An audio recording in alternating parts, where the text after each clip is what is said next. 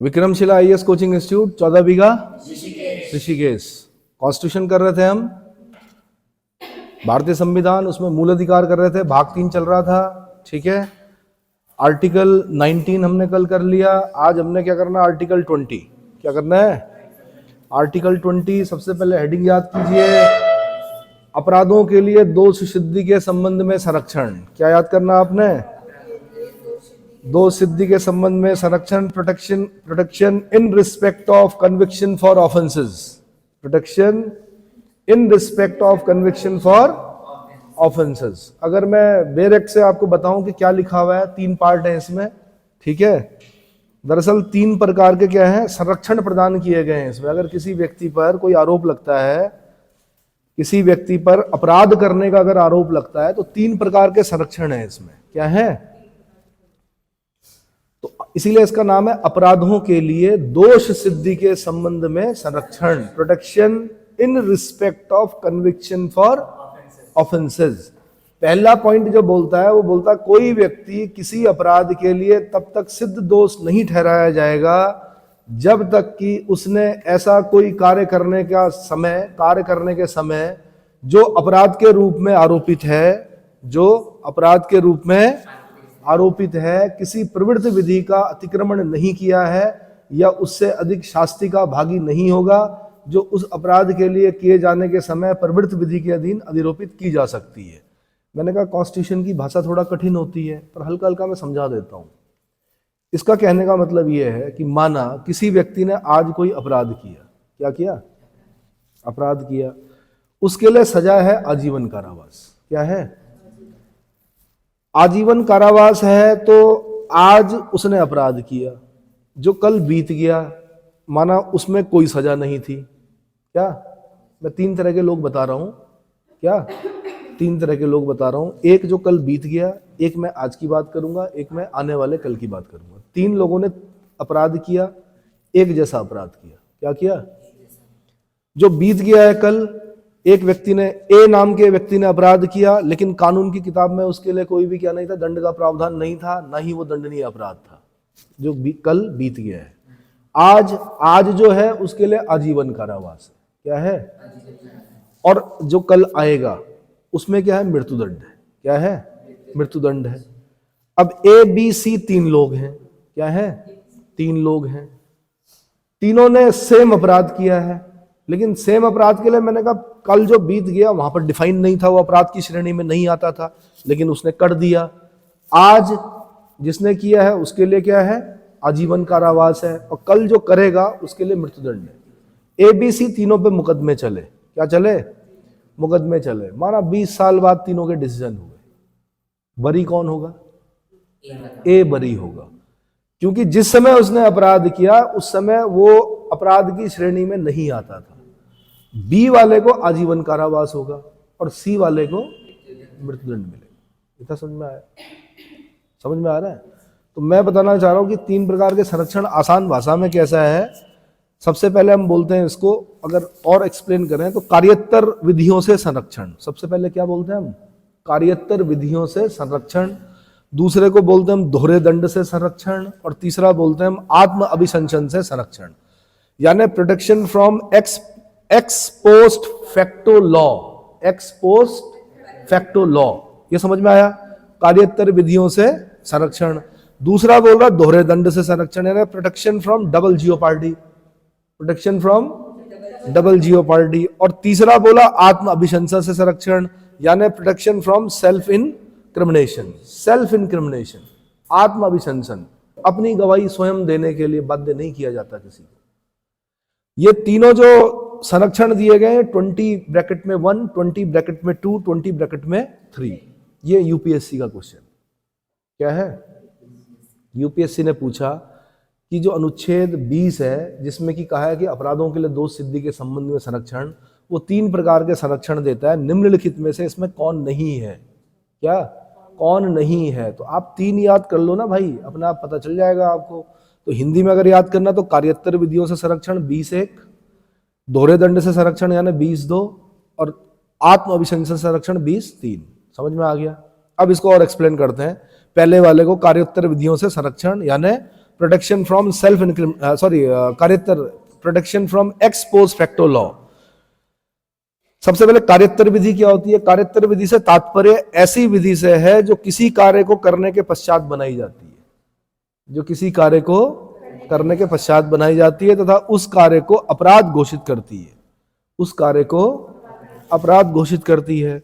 यद्यपि वह कार्य उस समय अपराध नहीं था जब वह किया गया था, यद्यपि वह कार्य उस समय अपराध नहीं था जब वह किया गया था। अनुच्छेद 20(1) कार्योत्तर दंड की विधियों से संरक्षण प्रदान करता है।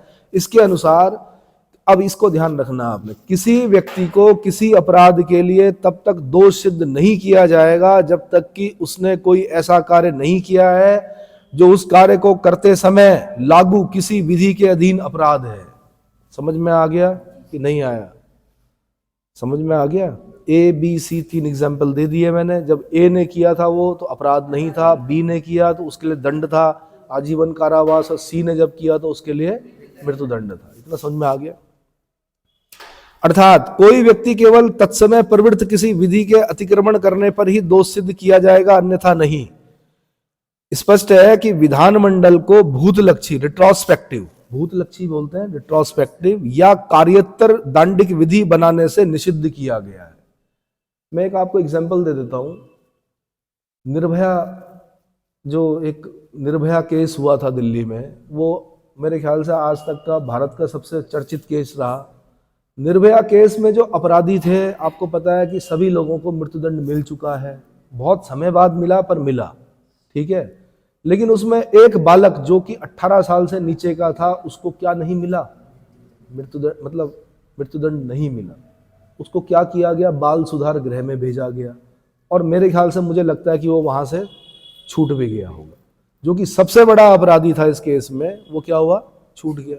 कारण यह था कि उस समय कानून में यह लिखा हुआ था कि अगर कोई 18 साल से नीचे का व्यक्ति क्या करता है, इस प्रकार के अपराध करता है, क्योंकि उसकी उम्र 18 साल से नीचे है, तो उसको सामान्य अपराधी की श्रेणी में नहीं रखा जाएगा, उसको बाल अपराधी की श्रेणी में रखा जाएगा।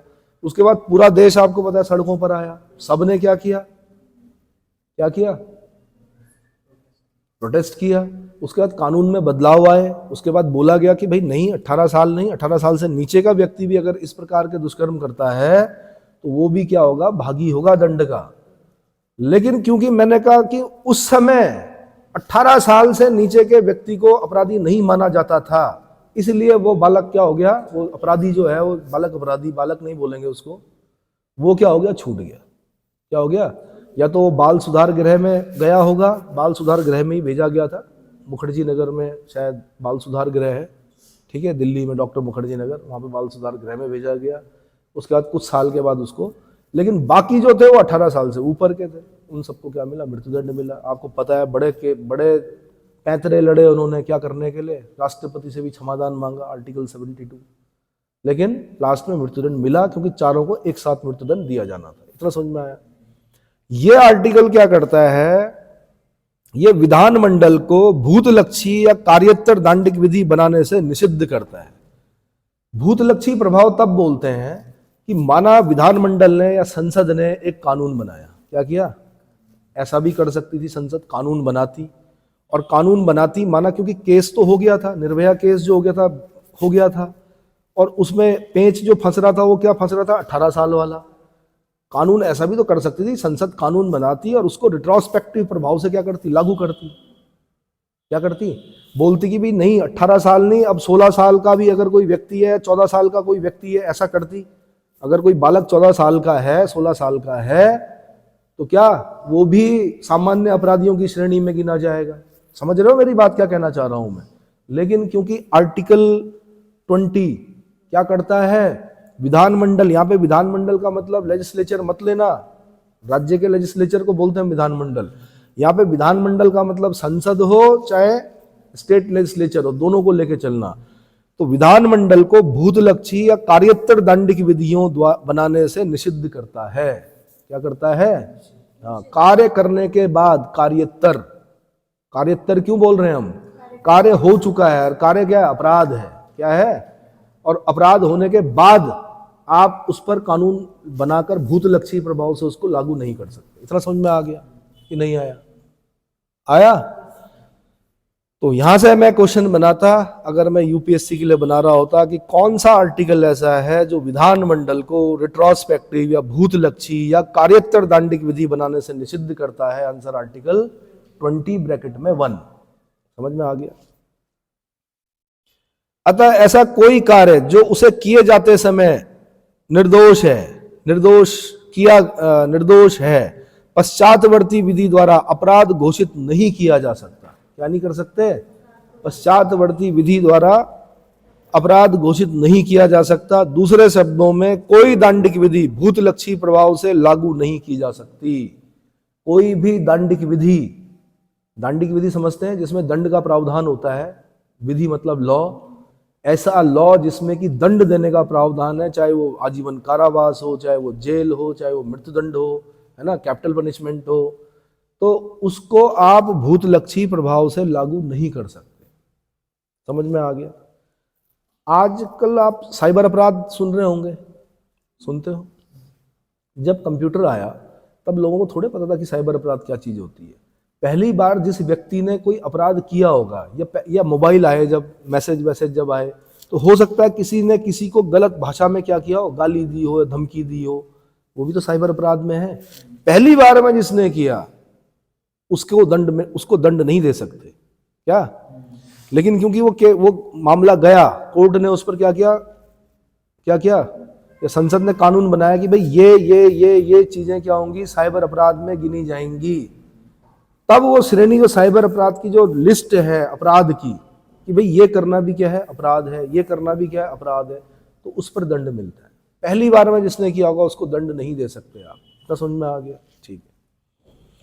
दूसरा, यही नियम दंड की मात्रा में वृद्धि करने वाली विधि पर भी लागू होता है। क्या होता है? यही नियम दंड की मात्रा में वृद्धि करने वाली विधि पर भी लागू होता था। कोई व्यक्ति जिसने किसी को कोई अपराध किया है, उस समय उस अपराध के लिए विहित दंड का भागी होगा, ना कि पश्चातवर्ती विधि द्वारा वर्धित दंड का।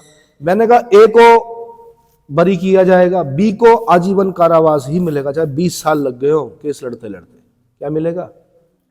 क्योंकि जिस समय उसने वो अपराध किया उस समय कानून में लिखा हुआ था कि आपको ये अपराध करने पर आजीवन कारावास है। और तीसरे वाले ने, जो सी ने अपराध किया था, उसको क्या मिलेगा? मृत्युदंड मिलेगा। क्योंकि जब सी ने अपराध किया तब किताब में लिखा हुआ था कि मृत्युदंड है इस अपराध के लिए। ये समझ में आ गया?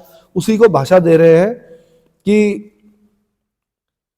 क्या, कोई व्यक्ति जिसने कोई अपराध किया है उस समय उस अपराध के लिए विहित दंड का भागी होगा, ना कि पश्चातवर्ती विधि द्वारा वर्धित मतलब बढ़ाया गया, पश्चातवर्ती विधि द्वारा वर्धित दंड का। क्योंकि कोई विधि दंड की मात्रा को इस प्रकार नहीं बढ़ा सकती कि बढ़ा हुआ दंड पूर्ववर्ती अपराधों पर भी लागू हो।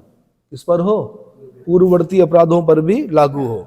परंतु दंड की मात्रा कम करने वाली विधि पूर्ववर्ती अपराधों पर लागू की जा सकती है। अब देखो ना, यहां पर क्या है, आप दंड को बढ़ा नहीं सकते, और ना ही, मैंने कहा माना ए है, ठीक है, या जैसे सी है, क्या है, सी है।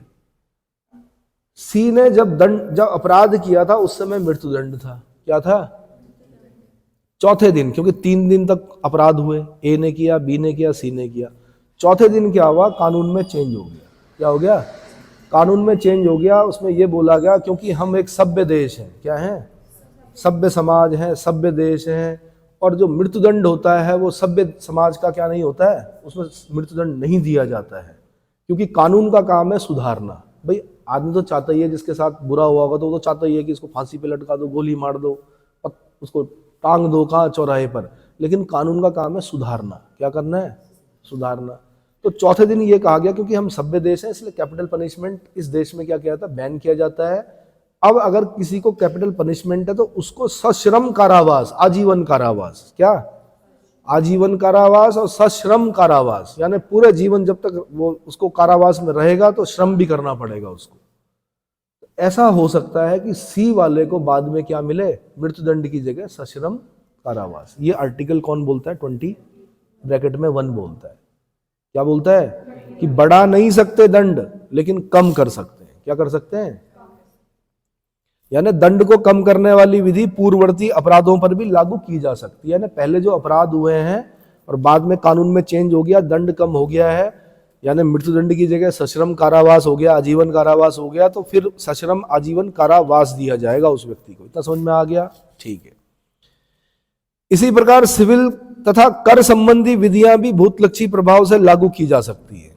इसी प्रकार सिविल तथा कर संबंधी विधियां भी भूतलक्षी प्रभाव से लागू की जा सकती। कर संबंधी विधियां, क्या? कर संबंधी विधियां और सिविल विधि, सिविल जो लॉ होते हैं या जो टैक्सेशन से संबंधित जो लॉ होते हैं, उनको आप भूतलक्षी प्रभाव से लागू कर सकते हैं। क्या कर सकते हैं? भूतलक्षी प्रभाव से लागू कर सकते हैं। तो कई बार आपने देखा होगा कि कानून ये बना और हम बोलते हैं, जैसे बना मार्च में, हमने बोला 1 जनवरी से लागू होगा, वो क्या होगा? तो इसको बोलते हैं रिट्रोस्पेक्टिव। क्या बोलते हैं? रिट्रोस्पेक्टिव या भूतलक्षी प्रभाव। भविष्यलक्षी प्रभाव का मतलब होता है आज कानून बना, अब इसके बाद ये लागू होगा। क्या होगा? समझ में आ रहा है क्या बताना चाह रहा हूं मैं? थोड़ा गहरी चीज है, समझने में थोड़ा क्या होगा, दिक्कत होगी, 2-3-4 बार सुनना पड़ेगा तब जाके आपकी समझ में आएगा। ठीक है, मैं कोशिश कर रहा हूं पूरा कवर करने का। फिर वही आर्टिकल 20 ब्रैकेट में 2, अब इसका दूसरा भाग क्या करता है? दोहरे दंड से संरक्षण बताया था मैंने, है ना, प्रोटेक्शन फ्रॉम डबल जियोपार्डी। अब प्रोटेक्शन फ्रॉम डबल जियोपार्डी का मतलब क्या होता है? तो आर्टिकल 20 ब्रैकेट में 2 के अनुसार दोहरे दंड से संरक्षण प्रदान किया गया है। इसके अनुसार किसी व्यक्ति को एक ही अपराध के लिए एक से अधिक बार अभियोजित और दंडित यानी प्रोसिक्यूटेड और पनिश्ड नहीं किया जाएगा। अभियुक्त को अभियोजित और दंडित दोनों होना चाहिए। यदि अभियोजन के फलस्वरूप कोई दंड नहीं दिया गया हो तो अनुच्छेद 20(2) लागू नहीं होगा। यह अंग्रेजी विधि के सिद्धांत पर आधारित है। इसे दोहरा जोखिम या दोहरा संकट का सिद्धांत भी कहते हैं। ज्ञातव्य है कि दोहरे दंड से संरक्षण न्यायालय या न्यायिक अधिकरण के समक्ष की कार्यवाहियों पर ही प्राप्त होता है, विभागीय, अनुशासनिक और अन्य कार्यवाहियों पर नहीं होता है।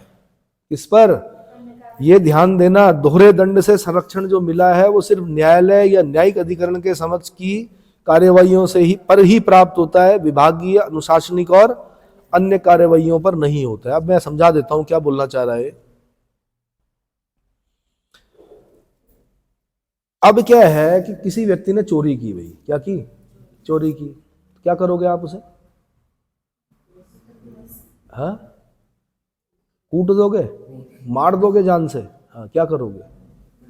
उसको पकड़वाओगे, पुलिस पकड़ेगी, पुलिस पकड़ेगी तो उसके बाद न्यायालय में केस चलेगा। उसके बाद वो कहाँ जाएगा?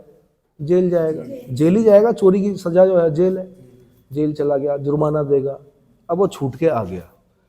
अब जैसे पिक्चरों में दिखाते हैं कि गेट से बाहर आया, है ना, अब क्योंकि आपके यहाँ चोरी की थी और आपकी प्रिय वस्तु चोरी की थी उसने, आप बाहर खड़े हुए थे पहले से, आपने फिर पकड़ा उसे और फिर घसीटते हुए कहाँ ले गए? थाने में ले गए कि पकड़ो, ये तो चोर है, इससे मुझे खतरा है, इसने मेरे यहाँ क्या की थी? चोरी की थी। तो ये नहीं चलेगा। जब तक वो दूसरा अपराध नहीं करता है, जब तक वो दूसरी चोरी नहीं करता है, तब तक आप उसको क्या नहीं कर सकते। समझ में आया?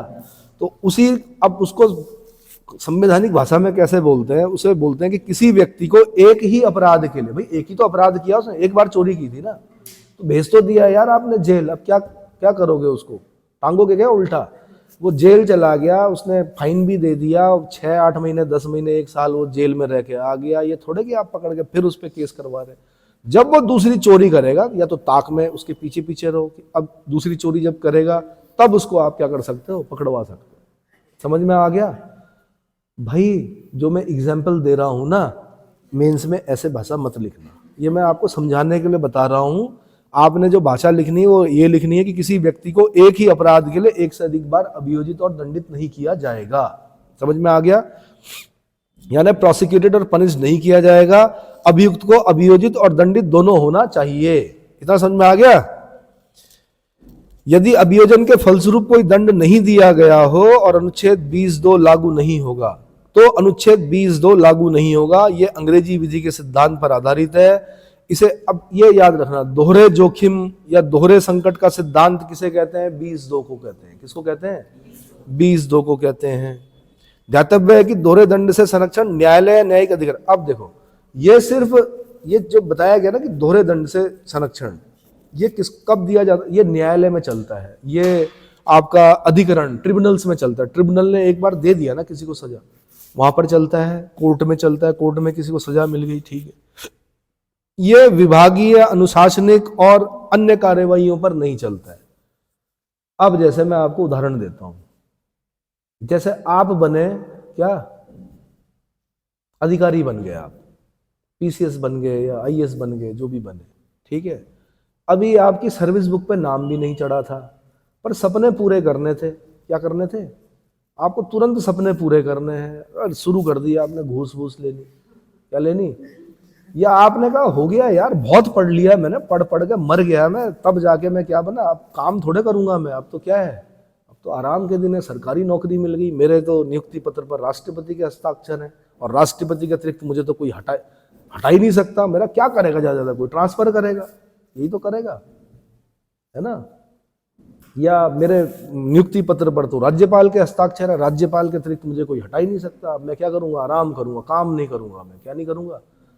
अब आपने नहीं किया, या किया भी तो गड़बड़ कर दिया, तो आपकी लग गई प्रतिकूल प्रविष्टि। जो उच्च अधिकारी है उसने क्या लगा दी? प्रतिकूल प्रविष्टि लगा दी। आपके अभी सर्विस बुक पे नाम नहीं चढ़ा था, और अभी आपको क्या, प्रशिक्षु के तौर पर आप क्या कर रहे थे? प्रशिक्षु थे। अभी आप आईपीएस नहीं बने थे, क्या बने थे? प्रशिक्षु थे। अब प्रतिकूल प्रविष्टि लग गई, तो जीवन पर्यंत जब तक आप रिटायर नहीं होंगे उस प्रतिकूल प्रविष्टि के दुष्परिणाम भुगतने पड़ेंगे आपको। स्टार्टिंग में ही ये आदमी क्या है? करप्ट निकला। क्या निकला? तो आपको अच्छी नियुक्तियां कभी मिलेंगी ही नहीं। क्या नहीं मिलेंगी? तो ये ध्यान रखना। इसीलिए जब आप प्रशिक्षु रहते हैं तो सबसे ईमानदार अधिकारी जो होता है वो प्रशिक्षु जब रहता है उस समय होता है। इस समय उसको बहुत अच्छे कार्य करने होते हैं, दिखाना होता है कि भाई मैं ऐसा ऐसा भी कर सकता हूँ। समझ में आया कि नहीं आया?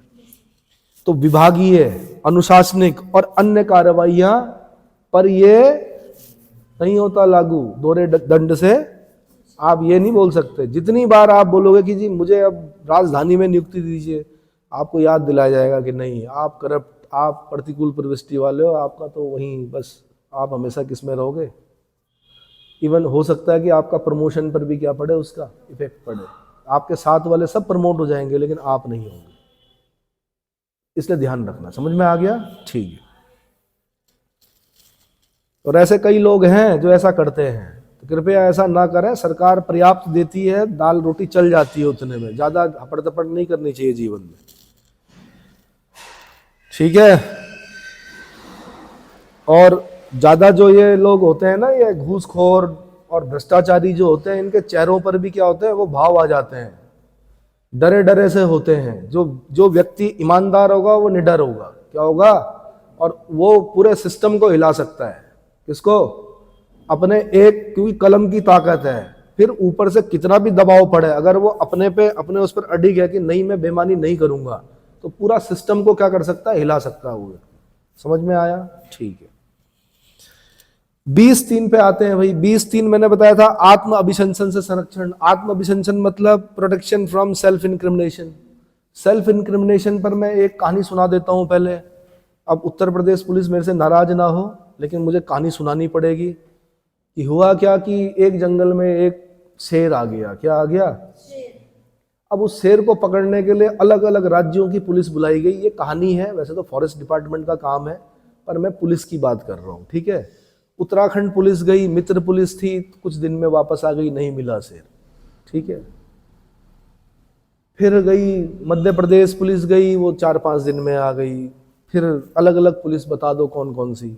राजस्थान पुलिस गई, हिमाचल पुलिस गई, अलग अलग पुलिस गई। लास्ट में जब कुछ नहीं हुआ, शेर नहीं मिला, उत्तर प्रदेश पुलिस को बुलाया गया। क्या किया गया?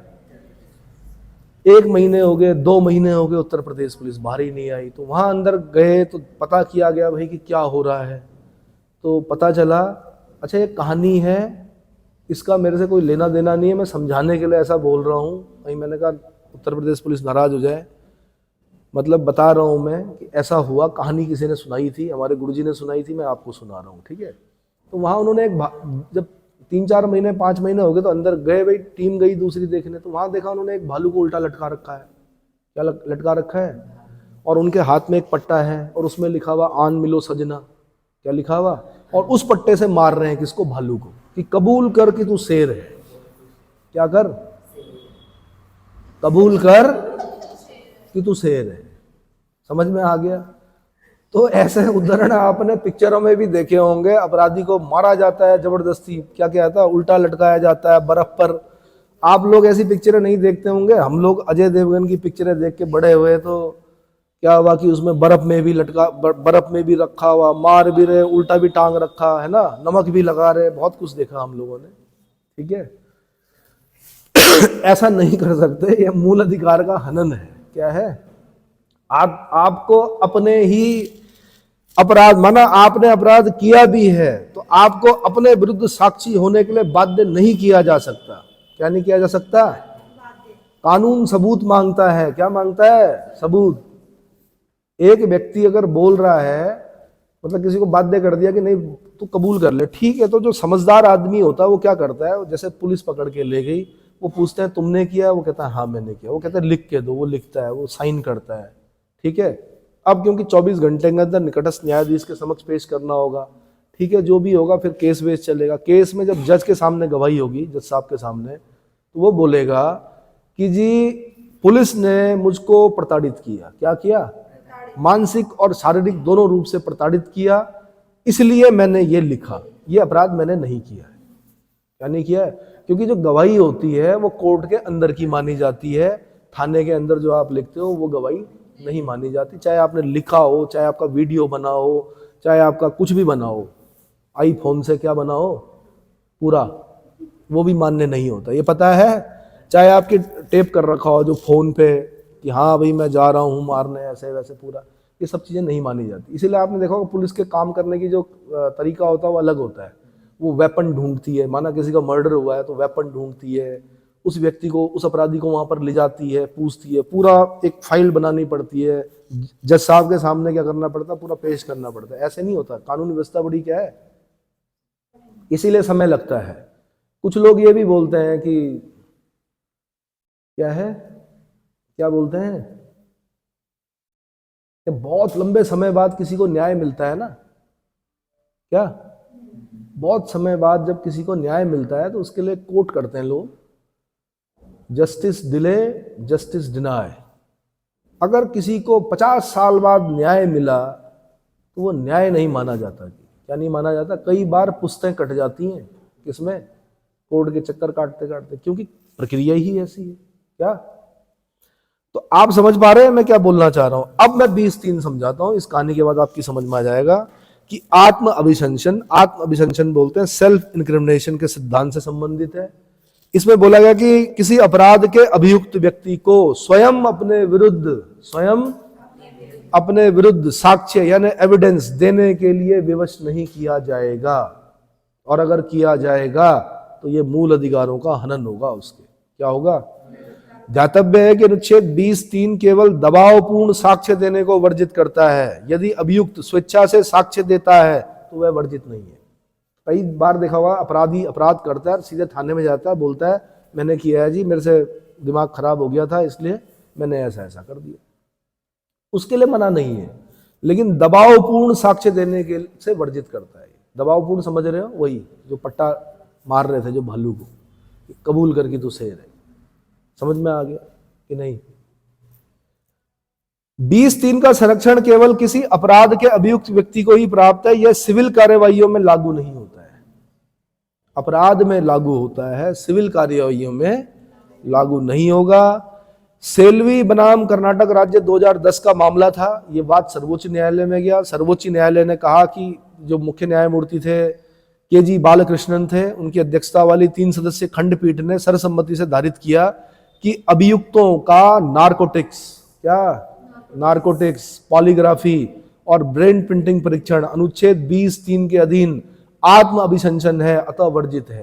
पहले क्या करते थे, नारकोटिक्स इंजेक्शन लगा दिया, आदमी पूरा सच सच बोल देता था, तो यार ये तो 20(3) का वो हो गया, उल्लंघन हो गया।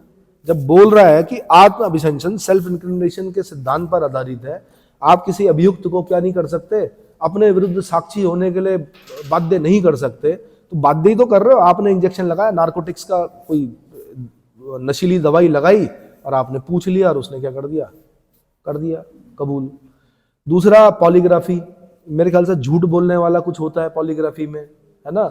ऐसे ही ब्रेन प्रिंटिंग परीक्षण, ब्रेन प्रिंटिंग परीक्षण में भी ये कि भाई सच बोल रहा कि झूठ बोल रहा, क्या कर रहा। तो ये तीनों चीजें केजी बालकृष्णन की अध्यक्षता वाली 3 सदस्य खंडपीठ ने, सुप्रीम कोर्ट ने, माननीय उच्चतम न्यायालय ने मना किया है कि आप ना तो नार्कोटिक्स करा सकते हैं, ना आप पॉलीग्राफी करा सकते हैं, ना आप ब्रेन प्रिंटिंग परीक्षण करा सकते हैं। इतना समझ में आ गया। मिस्टर एक्स बनाम मिसेस जेड, लेकिन मिस्टर एक्स बनाम मिसेस जेड, अब नाम नहीं दिए उन्होंने क्योंकि सार्वजनिक नहीं किया। उसमें बोला कि भाई डीएनए जो टेस्ट है वो अनुच्छेद 20(3) का उल्लंघन नहीं माना जा सकता। क्या नहीं माना जा सकता? किसी ने, अगर किसी व्यक्ति ने बोला कि भाई मेरे बायोलॉजिकल पिता, मुझे ऐसा लगता है कि मेरे बायोलॉजिकल पिता ये है, तो फिर कोर्ट बाध्य कर सकती है डीएनए टेस्ट के लिए। क्या कर सकती है? ये उत्तराखंड में आपने देखा होगा, पूर्व मुख्यमंत्री जो आपके हमारे नारायण दत्त तिवारी जी थे, उनका डीएनए टेस्ट हुआ था। बाद में पता चला था कि जो शेखर है, ठीक है, वो उनके क्या थे, बायोलॉजिकल फादर थे। बाद में उन्होंने अपनी संपत्ति में से क्या दिया, उन्हें देना पड़ा। जब पता चल गया कि क्या है, बायोलॉजिकल फादर कौन है, तिवारी जी हैं, तो अपनी संपत्ति का एक हिस्सा किसको देना पड़ा? बेटे को देना पड़ा, शेखर को। बाद में शेखर की हत्या हो गई। क्या हो गई? ठीक है। तो ये बताना चाह रहा हूं मैं, तो वो जो हुआ, वो जो डीएनए टेस्ट हुआ इतने बड़े आदमी का, जो कि कई बार देश के, मतलब उत्तर प्रदेश के मुख्यमंत्री कई बार रह चुके थे, उत्तराखंड के मुख्यमंत्री रह चुके थे, दक्षिण में कहीं आंध्र प्रदेश के कहीं के राज्यपाल थे, उन व्यक्ति का भी डीएनए टेस्ट हो रहा है। तो कैसे हुआ? आंसर, क्योंकि ये मुख्य न्यायाधीश न्यायमूर्ति केजी बालकृष्णन की अध्यक्षता वाली क्या 3 सदस्य खंडपीठ ने कहा नारकोटिक्स नहीं हो सकता, पॉलीग्राफी नहीं हो सकती, ब्रेन प्रिंटिंग परीक्षण नहीं हो सकता। लेकिन क्योंकि एक दूसरा मामला आया, मिस्टर एक्स बनाम मिसेस जेड, 2002 का मामला आया, उसमें कहा गया डीएनए टेस्ट करा सकते हैं। ये 20(3) का क्या नहीं माना जाएगा? उल्लंघन नहीं माना जाएगा। इतना समझ में आ गया। तो ये आर्टिकल पूरा हो गया भाई। 20वां आर्टिकल, अपराधों के लिए 2 सिद्धि के संबंध में संरक्षण, क्लियर हो गया। अब इसके बाद हम पढ़ेंगे 21वां, जो कि है प्राण और दैहिक स्वतंत्रता, जिसको बोलते हैं protection of life and personal liberty. 20 और 21 ऐसे आर्टिकल हैं जिनको कभी भी क्या नहीं कर सकते? निलंबित नहीं कर सकते। क्या नहीं कर सकते? ध्यान रखना, इनको समाप्त नहीं किया जा सकता, निलंबित नहीं किया जा सकता। मैं आपको बता भी देता हूं कि जब इमरजेंसी लगती है, 352 लगती है, 352 पता है नेशनल इमरजेंसी, 3 कारणों से लगती है। युद्ध, बाह्य आक्रमण, सशस्त्र विद्रोह। सशस्त्र विद्रोह के स्थान पर पहले आभ्यंतरिक अशांति लिखा हुआ था, लेकिन बाद में लिखा गया सशस्त्र विद्रोह। क्या लिखा गया? ऊपर के 2 जो हैं, युद्ध और बाह्य आक्रमण, जैसे ही ऑन होता है बटन, अगर युद्ध और बाह्य आक्रमण के आधार पर अगर नेशनल इमरजेंसी लग रही है, 19 अपने आप ऑफ हो जाता है। यानी 19 वाला जो आर्टिकल है वो अपने आप क्या हो जाता है? निलंबित हो जाता है। ठीक है। बाकियों को जो मूल अधिकार हैं, कौन कौन से मूल अधिकार निलंबित करने हैं, ये शक्ति राष्ट्रपति के पास होती है। किसके पास होती है? तो राष्ट्रपति को अधिकार है कि वो किन किन मूल अधिकारों को निलंबित करता है। क्या करता है? लेकिन राष्ट्रपति भी आर्टिकल 20 और आर्टिकल 21 को निलंबित नहीं कर सकता। ये याद रखना आपने। ये यूपीएससी का क्वेश्चन रहा है कि कौन से वो 2 मूल अधिकार हैं जिन्हें राष्ट्रपति निलंबित नहीं कर सकता। आंसर 20 और 21। तो अब हमने इसके बाद पढ़ना है 21वां, प्राण और दैहिक स्वतंत्रता का संरक्षण, protection of life and personal liberty. ठीक है।